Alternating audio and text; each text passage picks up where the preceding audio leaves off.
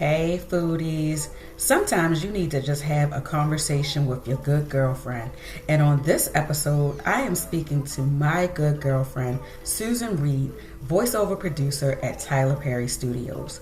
Susan and I will be talking about self-care, dieting, mature dating, industry dating, and more. You don't want to miss this episode of There's Food in the House.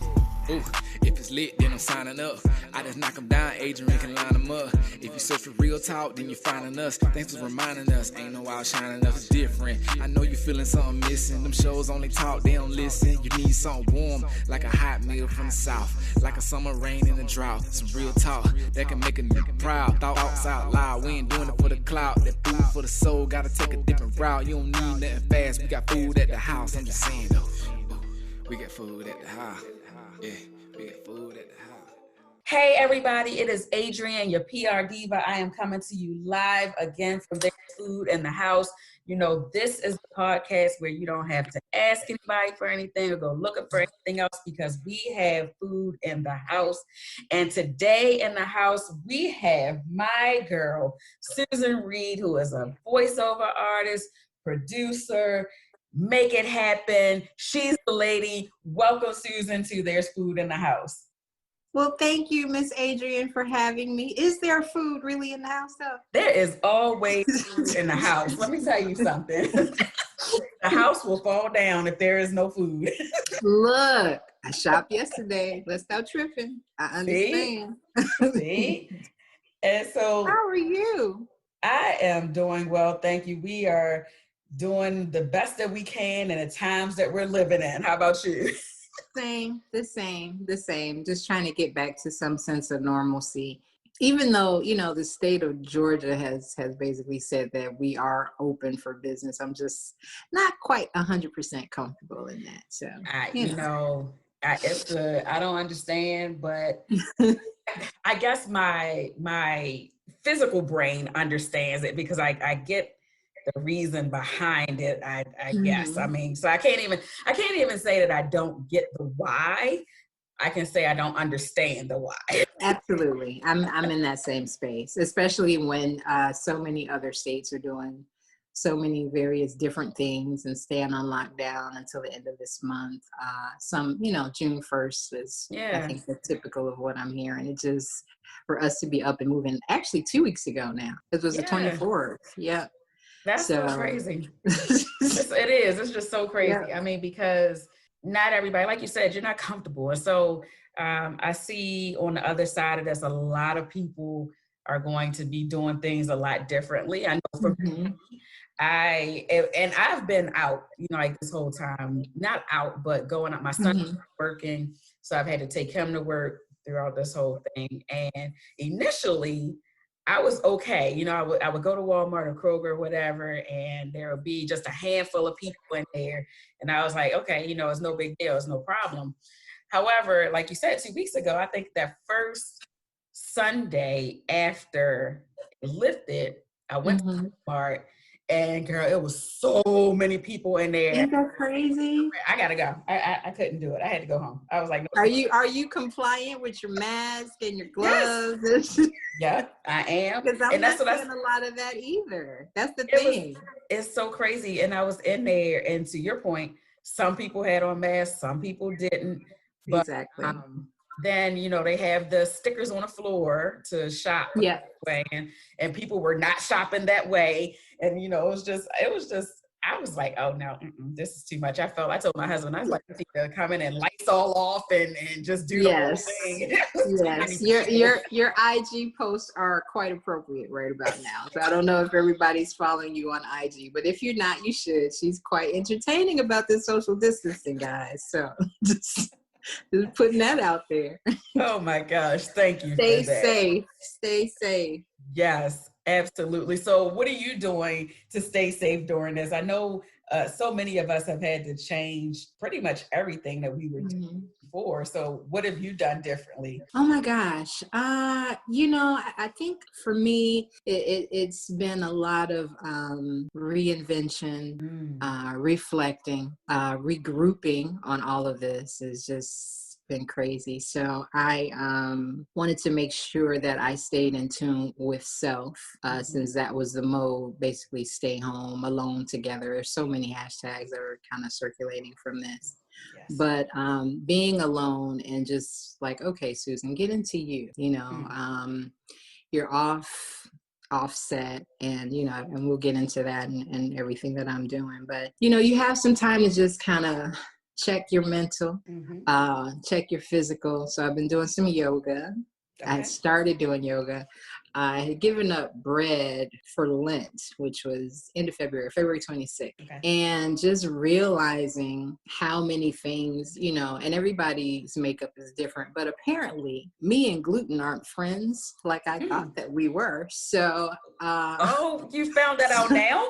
Some of my blow up, girl, shoot, because again, my set life, my work life feeds us well. And it was not eating any bread, any that consisted of waffles, pancakes, French toast, biscuits, all the stuff that I love eating. I'm like, you're messing with the food in the house, Susan. Come on, you know what I'm saying? So it was crazy, girl. After like it was hard. After the first week, there was a slow, okay, I'm getting adjusted. I didn't give up cereal, and I would eat crackers. And what I ended up doing was buying these little tortilla wraps as a substitute. And, I know the world can't see us, but even if you're looking at me now, my face is so much thinner than what it was when we got together. It's been interesting on how you realize you don't need certain things. And I've cheated a couple of times. Like I like raisin cinnamon toast. I did, kind of deflect to that when I had my craving. But that's pretty much it. Oh, and I got to shout out Food in the House, Slutty Vegan in Atlanta. Oh my God. Yes. I've ordered from them a couple of times. I had to eat the bun. Girl, and I had to eat the fries. So the fries are good. Their fries are really good. Man, not a whole 100% give up, but just realizing what, like much of our lives has been that what we need to take out, what we need to change. So did that, started dropping some weight, and then started just incorporating yoga. I've done everything from trying to teach myself acoustic guitar. Girl, quit playing.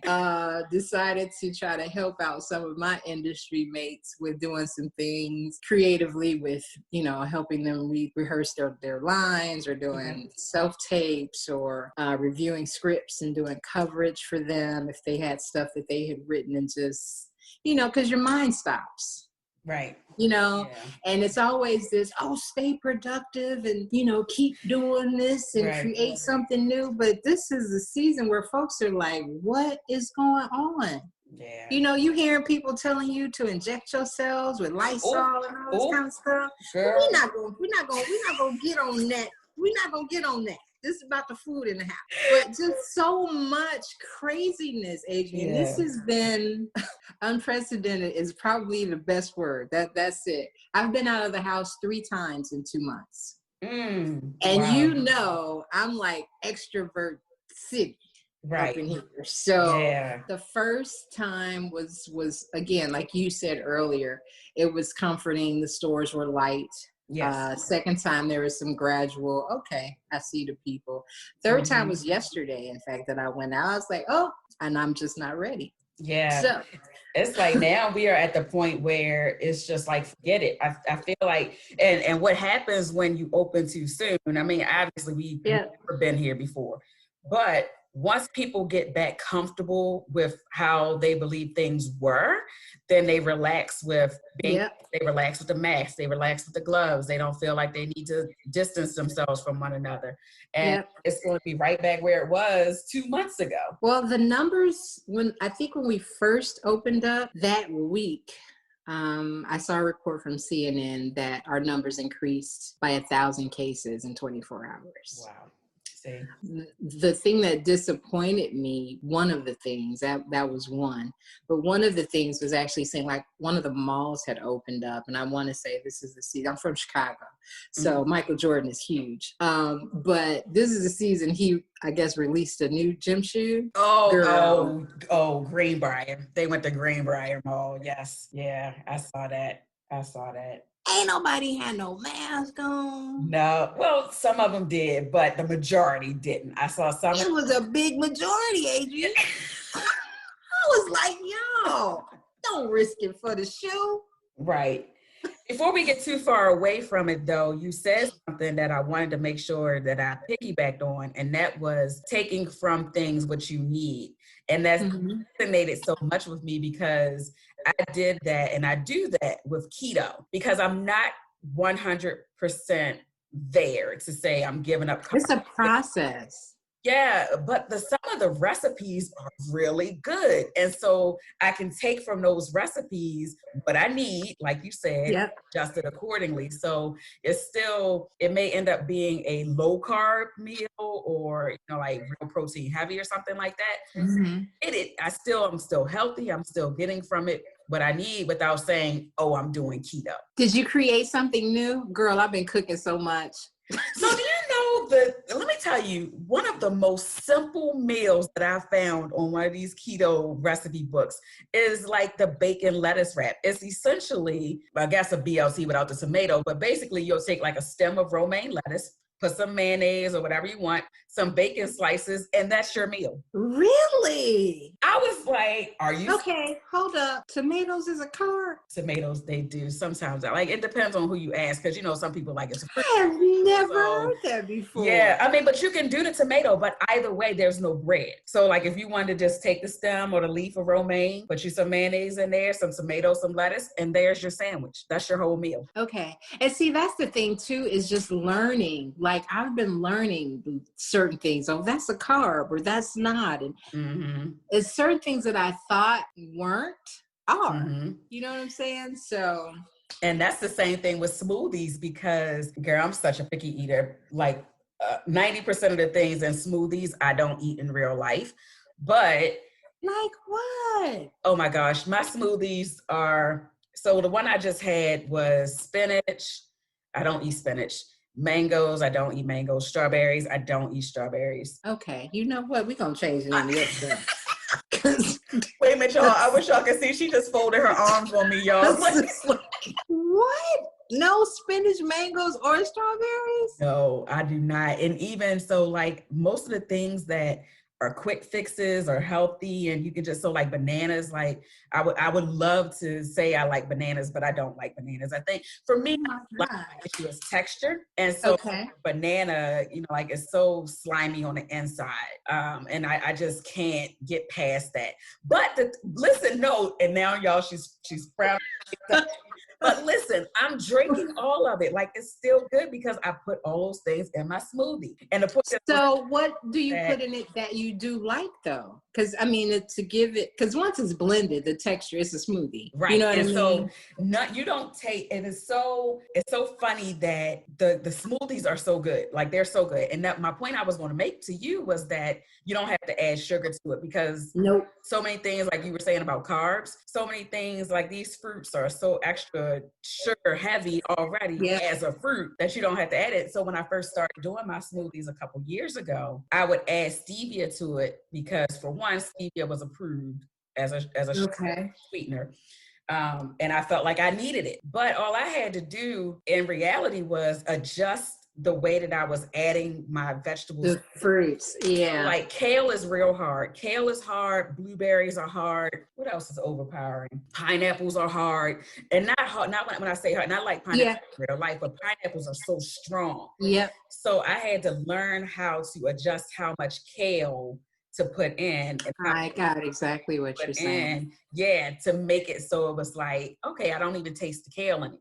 Or I don't taste the blueberries anymore. Exactly. This one smoothie, oh my God, Susan, that smoothie, it was blueberries in it, right? And I was like, okay, well, this needs more stevia, like, because blueberries are so overbearing. And let me sweeten it. By the time I added stevia to it, I was like, let me just throw this away because it was just like a sugary blueberry mess. Because it was like, I can see that. The sugar. It was horrible. Yeah, I've done this. I've been doing the smoothies too. What I think, because it sounds like you with the same thing. Like I gave up sort of the white products. So I don't use white sugar or flour or anything like that. It's not even in the house. I have cheated with my jasmine rice though, but I'll do the banana. Jasmine rice. the strawberries, the bananas. I'll have occasional pineapple. And what I'll do is add like a couple of teaspoons of coconut milk, almond milk to just kind of sweeten it a little bit. And then my cheat for that to just give me the sweetness is to add a little bit of the low-fat whipped cream on top, just like I'm going to, get a drink from one of our big places. Yes. So that's been good for me. I haven't been able to get into blueberries, so I feel you on that. I like them like in a muffin, and that's as far as I can do it. Yeah, blueberries are hard. And like I said, until I started using these things and gauging how much to use and adding and subtracting, you just never know how difficult it is to take fruit and make it so as enjoyable, though in other places it may not be. And then the consistency once you blend it too helps, because I don't want to taste it after that's not a good look for me. Yeah.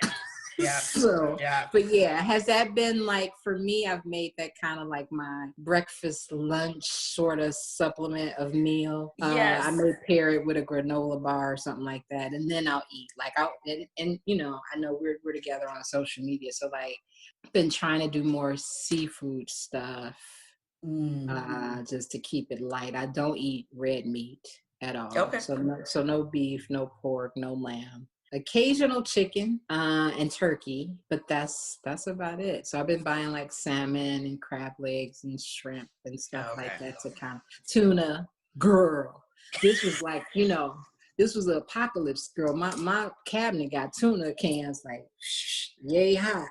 So I found tuna during keto too, because that's something that's real, like they real big on tuna. Keto, so I got that. I love the little individual packs, like they have, like the ranch one is my favorite. I've never tried those. Oh, the ranch one is so good. Can we say brand names? What's the brand? I have some in my cabinet. So when we finish. Is it Chicken of the Sea or Star? Okay, so we'll talk about brands after. Okay. So. Folk gonna be like, man, why you ain't leave that in there? Why you cut that part out? I know, but yeah, I know. Wow. So let's talk about Susan, the professional. So I know you mentioned you're from Chicago. So tell us a little bit about your story and your background. Ooh, South Side, Chi-Town, born and raised. I was there my whole life. I moved to LA in 2017 to pursue the dream. And the dream has always. So that's not even that long ago, though. Like nope. 2017. Yeah. The dream is filmmaking. I went to school in Chicago. I went to Columbia College, downtown Chicago, majored in film and marketing. And it's funny how, you sort of sway away from what you major in school, and ended up doing a whole lot of work in academia over my time period in Chicago. Until one day I was sitting at a desk and I was like, this just ain't it no more. I had done a bunch of indie stuff. I had produced on a couple of colleagues' films that are actually, they were shown like on TV One, BET, stuff like that. And so the itch just never left. Like, okay, you're going to have to scratch it soon. Mm-hmm. And you playing, girl, because you've been out of school for a minute, boo-boo. You know what I'm saying? Right. So let's see what this looks like on a larger scale. Mm-hmm. And had a bunch of friends and colleagues in the industry, and got a call to come out and help set up a kind of like a startup production company, and did that in LA for about 6 months, which led to opportunities of me working for BET, working the BET Awards for a couple of the years I was there. Also landing a gig with the Food Network and working on Halloween Wars, which is a bakery show that they had during Halloween. So that was that cool. sounds fun. It was. Always kind of working with the talent and kind of talent coordinating and stuff like that. And ran into a colleague, actually a close personal friend, somebody used to date my youngest brother, like when we were in college. Okay. And she was doing really well. As we saw each other, it's like, oh, you doing this? Yeah, I'm doing that. Oh, girl, yeah. You should come out to Atlanta. I was like, no, Atlanta ain't got nothing for me. Atlanta, Adrian, was never on my radar. My dream was LA. How can I be down? It never rains in Southern. Yeah. So saw her the first year I was there. Again, worked the NAACP Awards, which is amazing. And didn't think about it. Threw it out of my mind, ran into her again the next year at BET Awards. I was like, okay, now why I keep running into you? I was going to see how that itch be following you. 50,000 years.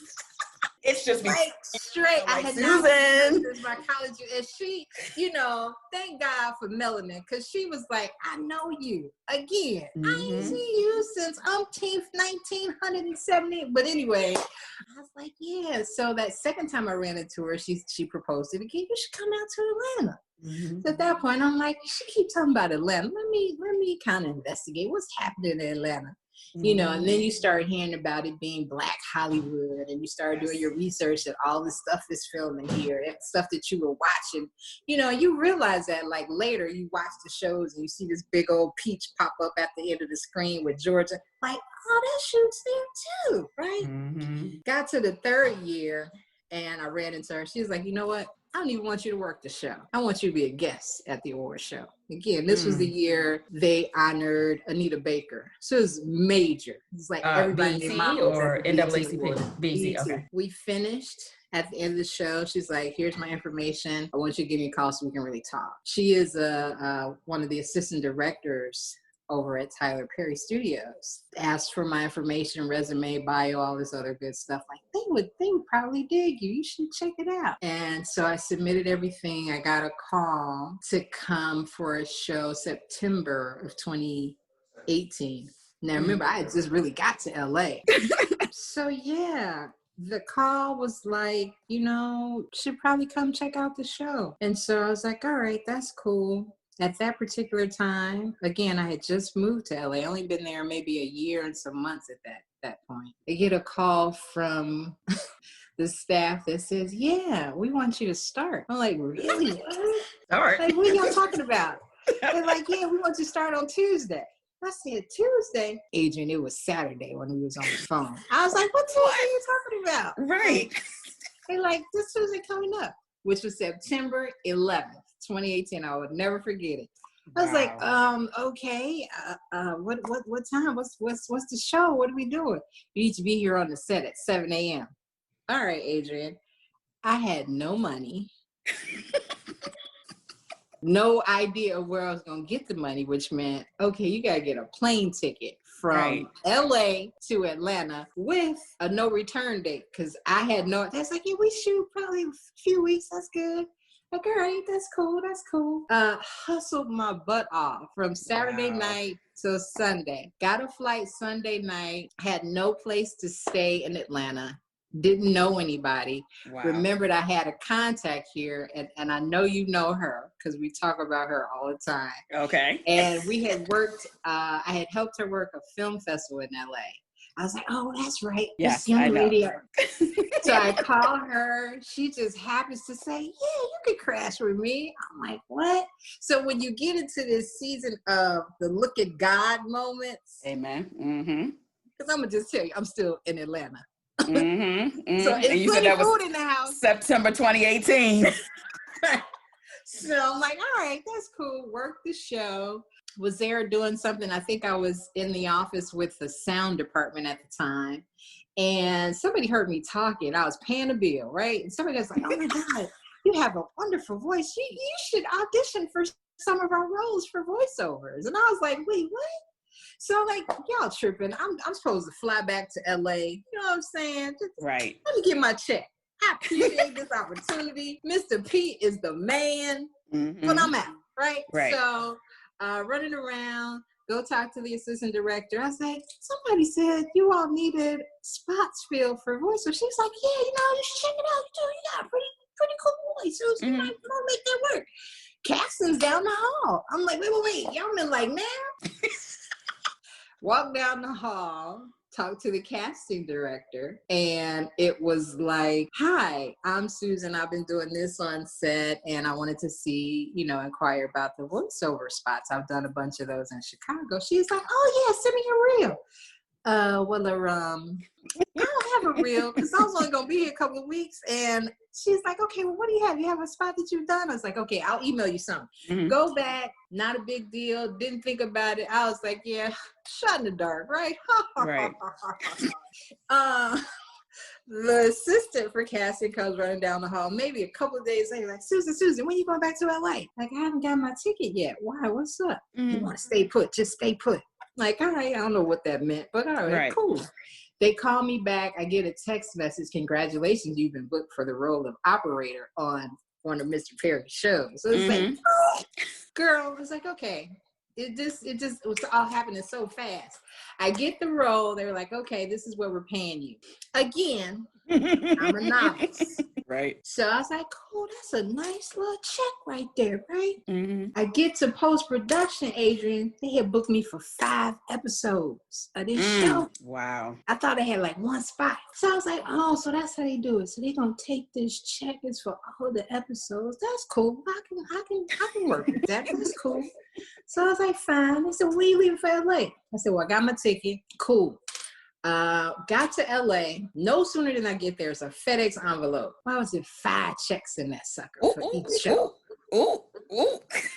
Adrian, you ain't never seen a sister pack so fast and move to Atlanta. Girl. I was like, I'm about to be a peach, y'all. I'm about to be a peach. So wow. Got back here. I was like, look, so what y'all got going on next? Because that's pretty cool. A sister here to stay. And sure enough, got the call to come back on set for the next show. And I have been here ever since. I've done just about everything in the department that you could do. So it's a slow elevation. I ended up getting booked for some outside voiceover gigs, was instructed to get an agent. So I have an agent now who's pushing for on-camera work. Now you see my face, right? You see me? Stop. You see I got a mole right here? Cut it out. You see what I'm saying?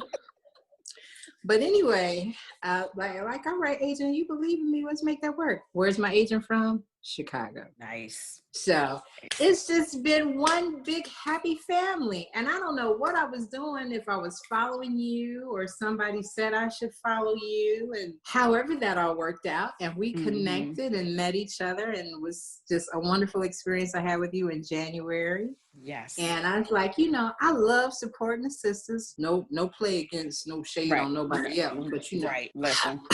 You know what I'm saying? The brown skinned girls got all the love. I'm just saying. Yeah. So I always try to be supportive and encouraging and uplifting and, of myself as much as I can. And that was why I think this particular time it was like, Susan, take some time for yourself. Because, And that's the thing. I think that people are so concerned and so focused on what other people are doing around them and what may or may not be happening for them, that they aren't, like, in this season and in this moment, like you said, they aren't really focusing on bettering themselves to come out better on the opposite side of this. Exactly. But, just really stuck in woe is me. And and this is a horrible time we're in right now. Can't take anything away from that. But you have the best of it. True. And that can be difficult. You're like, what is the best of it? Right.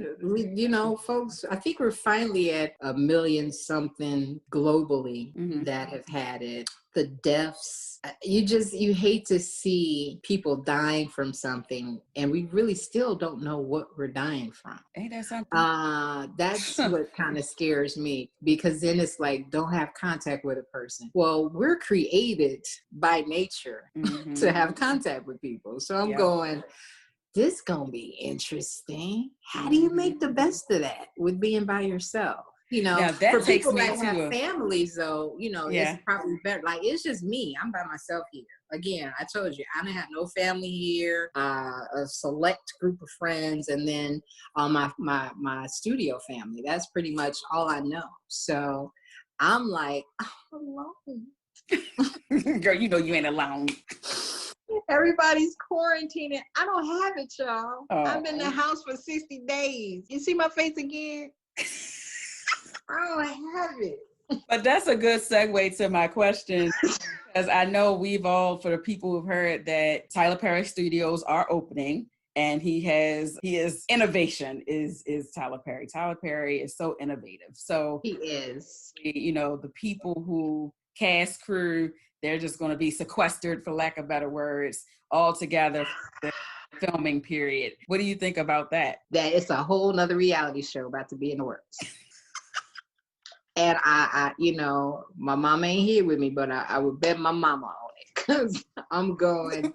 Now, true enough, you know, you hear different things. And so we don't have like the final word, but just for safety measures, because typically when we're shooting, it's a crew of minimum 300 people. Oh. I don't know if that'll be everybody coming back. You know, just him sort of decreasing the crew to make sure we're safe and all that kind of stuff. But there's conversations of those of us that are fortunate enough to come back and, you know, be tested before we even enter through the gates. Right. So yeah, there's some conversation of that right now, and everybody's just trying to, you know, maintain themselves and their health and all that kind of stuff. Everybody's role is important, so it gets really interesting when you've been a part of something for so long and then you can't work, and that's for any of the occupations and industries right now. It's like, you know, unemployment's on the rise. I want to say this is probably the highest it's ever been in my lifetime of knowing about unemployment. People are trying to figure out what's happening with rents and mortgages, and, you know, kids are being kept home from school. And I've seen places where schools are closed throughout the year. So I don't know if that goes into the fall or what, but it's just so many different moving parts that aren't moving right now. Right. So, you know, I'm always prayerful that we'll all be taken care of. I know we'll overcome this. I am a big advocate in making sure that we vote and select better leadership. I don't want to get into the leadership at hand. I think we all have our opinions on that, but this has been a very messy, confusing time. Yes. So, you know, if prayer ain't at the top of your list, then we want to restructure some things. Prayer and having food in the house, girl. See how I did that? See I did that? Thank you so much. I appreciate you. What? All right. Go. So yes, we are planning a return, and tentatively, I guess that's at some point in the next month or two. And that's all I know. Okay, so I thought, and you know how the media, even though we're in the industry, you know how the media does it, because the media made it seem like he was opening next week. You know, Now, I will say there are some folks that are there now. And so he's surveying and they're doing checks. And I think the actual final word that it could be done that came maybe Tuesday, Wednesday, I think, that I noticed that.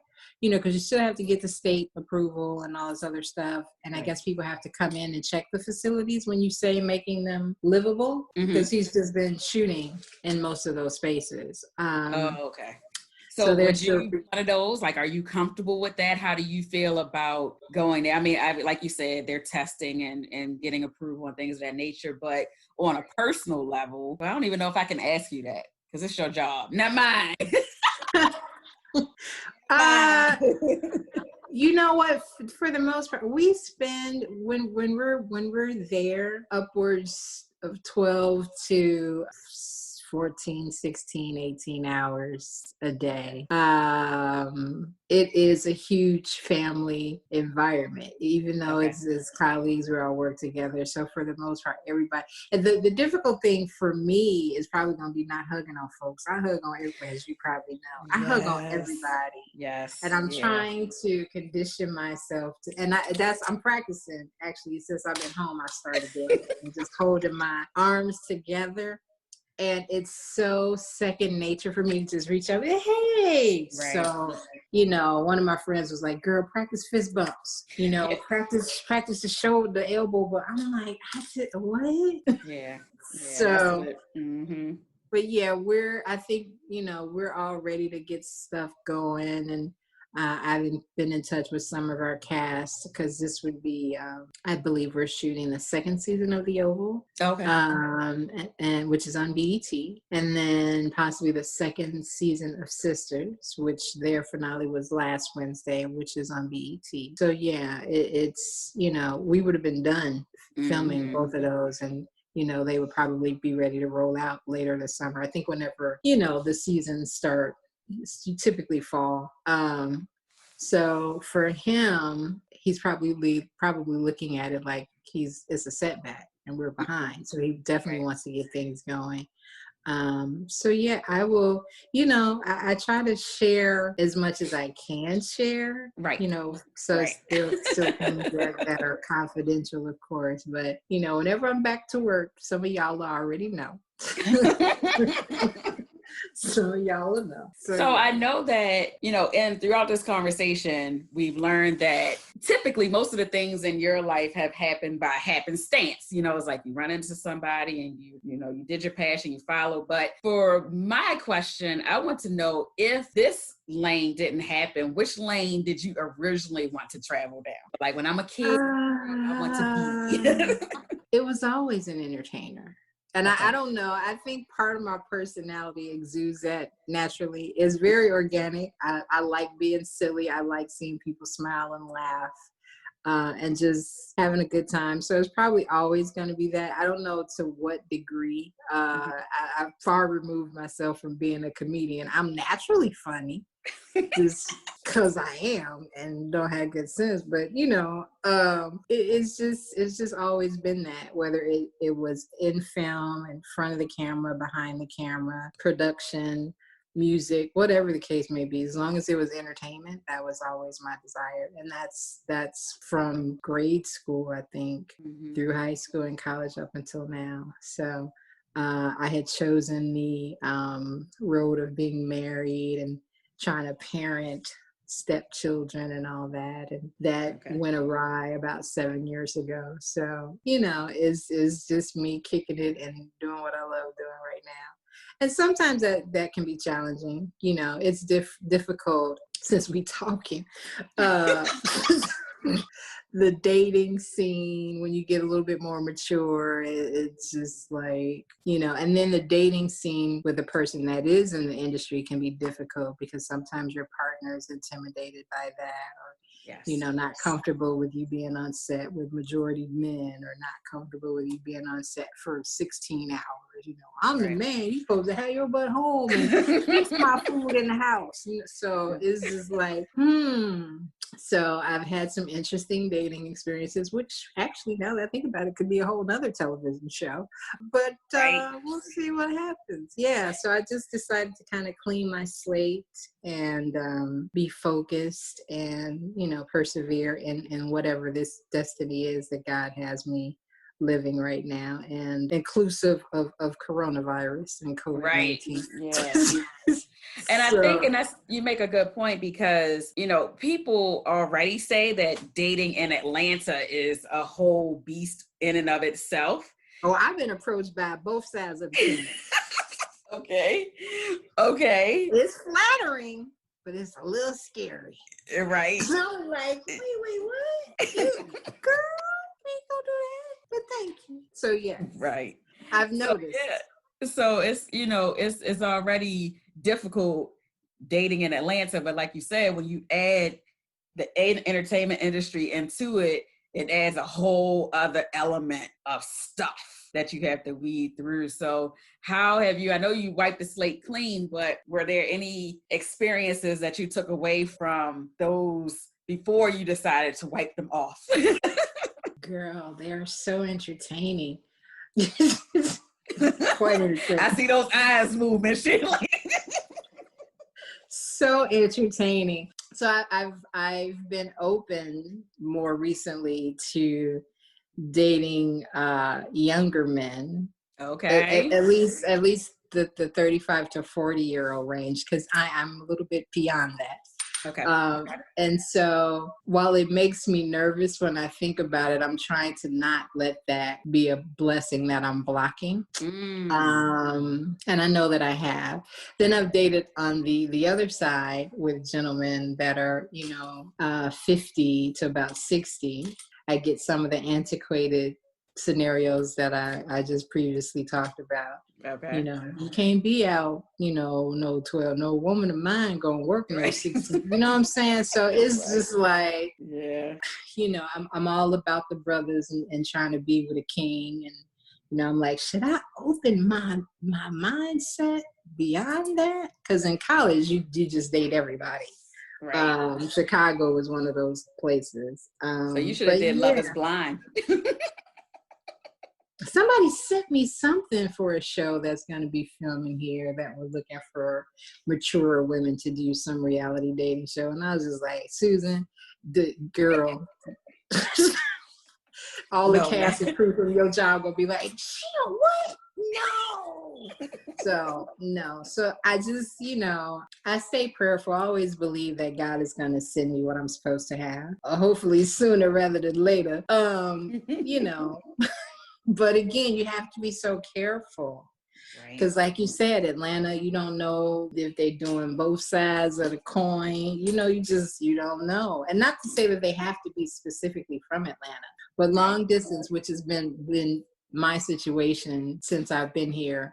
Long distance has been the relationships that I've been in. So it kind of makes it a little easier for me because they're not like right there and I can still do what I need to do. And but then you start to miss that attention and you start to miss what I was that getting ready to say. You know what I'm saying?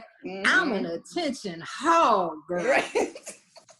For real. You know what I'm saying? So I was like, man, I had one friend come and check on me since the virus, who flew in from LA. Okay. He was taking care of some business here in Atlanta. So yeah, him and his son have been the only two people I've had direct contact with in about 2 months. Oh, wow.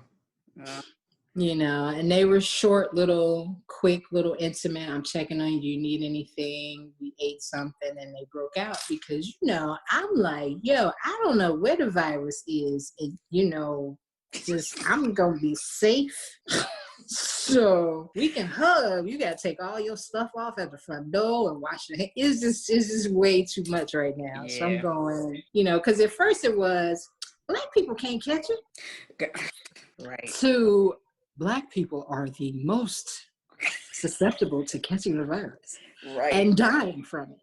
Like, how we go from that in like 4 weeks? Yeah. So, that's why I was like, let's just stay focused on health and, cleanliness of ourselves, of our homes as much as we can. Because, again, don't nobody really know. Yeah, we don't. Like, it's just still so much that we have to learn about. And even though in the grand scheme of things, 2 months is no time at all. Like we sitting at home and quarantining are like, oh my God, it's been 2 months. But when you look at the bigger picture of the virus as a whole, you're like, well, it's only been 2 months. So like, exactly. If you go back to January or December when they first started, it's still only been about 5 months. So like we're exactly to something that we have no idea about. Exactly. And in situations like that, I think the best thing to do is just exercise caution. Yeah. I'm being compliant as much as I can be. And while that's frustrating, I think to avoid the accidental, oops, I shouldn't have did this or I shouldn't have went there. Mm-hmm. I just would rather be like, I'm good. Right. So yeah, I've gotten little face masks that are, designer to my clothing arrangements now. Just a variety of colors and textures. Like, hey. Just gotta make it happen. We gotta do what we gotta do. Exactly. And that's why I know, going back to work with us all being on set, everybody's being checked out, probably from the rooter to the tutor before we even get in there. So I was like, okay, I'm cool with that. I'm sure behind the scenes cameras will be rolling, as they often are now anyway. when we're there, they'll get us behind the scenes footage or stuff. So this should be interesting. So what do you, as we bring this to a close, what do you expect for yourself in the next few years? Where are you going? What's next for Susan? Probably some more opportunities in the acting capacity of this. So coming from behind the camera. Yeah. Definitely that. I've had a couple of auditions since being quarantined, which of are the self-tapes and stuff that we have to do for the directors. But I'm pushing myself. I've been practicing those myself. I've been doing a lot of reads, and that's actually something I also kind of created for people again as the industry was kind of struggling. That was my sort of little stimulus giveaway, like I can help do all that as well. So you've been helping people self-tape and I've actually been helping people with script coverage and script reviews. I've had some colleagues helping me run lines. So It's been interesting. It's been really interesting, and trying to just be a little bit more passionate about that side of it. So because voiceover, when you're doing it, you can have a scarf on your head, right? Sweatshirt on, and crack stuff coming in the corner of your eye.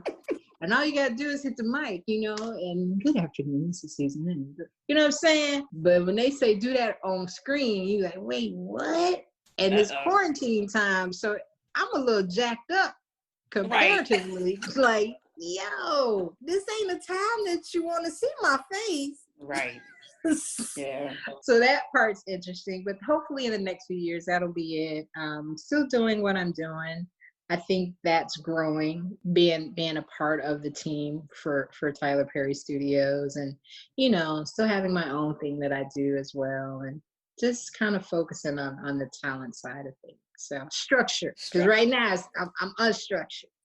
Y'all can be able to see that when y'all hear the podcast. Y'all be like, what? So, we all are. It is what it is. But yes, I'm hopeful to continue working and building my network with, people like yourself and other industry professionals. So that's always good here in Atlanta. But yeah, it's fun. Lonesome sometimes, but fun. Well, Susan, thank you so much for joining us today on There's Food in the House. Let everyone know how they can get in contact with you, follow you, and reach out if they need somebody with some line help and script help. Sure. Types of things. Okay. So I am on Instagram. My Instagram is Chicago, the number 2, LA Films. That's Chicago, the number 2, LA Films on Instagram. I'm also on Facebook under Susan Reed. Susan L. Reed. I think it's Susan L. Reed. So you can always kind of find me there. And then, I set up IG video conferences. I'm getting familiar with Zoom, so thank you for not letting me disconnect on you. So I've added that to my apps, and I'm whatever, if there's somebody out there that just kind of wants to chat about industry stuff, I'm here. I've been in the business for a while, since college, so there's a lot of things that I have seen, and I've managed some talent from Chicago, stuff like that. So yeah, it's pretty full spectrum here on this chick. So yeah. Be good. Chicago native. What's up? Oh my gosh. Everybody, thanks Susan for sharing her time with us. This has been There's Food in the House. We'll catch y'all next time. Thank you. You're welcome.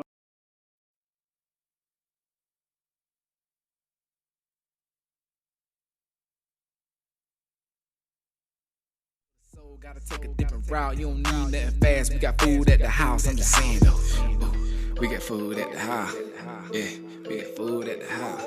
Yeah, we got food at the house. You don't need nothing fast. Gotta take a different route. Yeah, we lit. We ain't never gonna switch. We lit. We ain't never gonna switch. We lit. We ain't never gonna switch. If it's made for the real, it's forever gonna fit. We lit. We ain't never gonna switch.